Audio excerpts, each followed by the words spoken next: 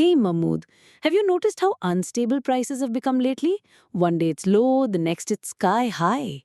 Tell me about it. The market's been crazy, especially with raw materials and shipping costs. It's getting harder to plan anything long term. Exactly.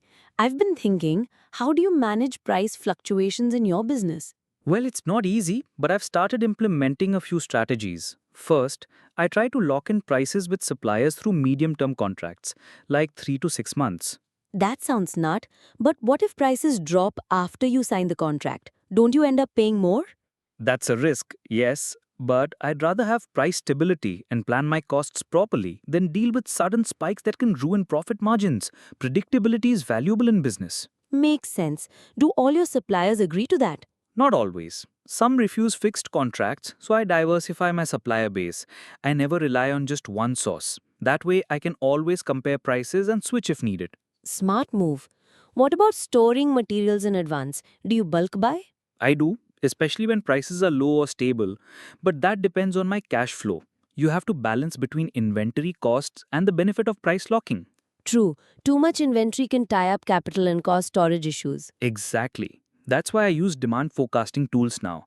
I analyze past sales data, market trends, and seasonal patterns to buy just enough stock. Interesting. I've been considering doing something similar. I also started using a price tracking tool. It gives me alerts when key raw materials start rising or falling. That's a great idea. Technology helps a lot.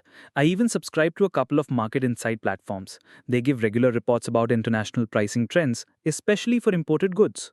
How about currency fluctuations? They also affect prices, especially if you're dealing internationally. Absolutely. For that, I sometimes hedge currency risk, either through forward contracts or by keeping a portion of my capital in stable currencies.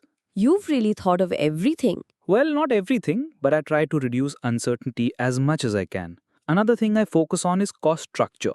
If I can reduce my fixed costs and become more efficient, I'm less affected when input prices change. That's solid advice. I think I need to review my operations. I've been too focused on sales and not enough on risk management.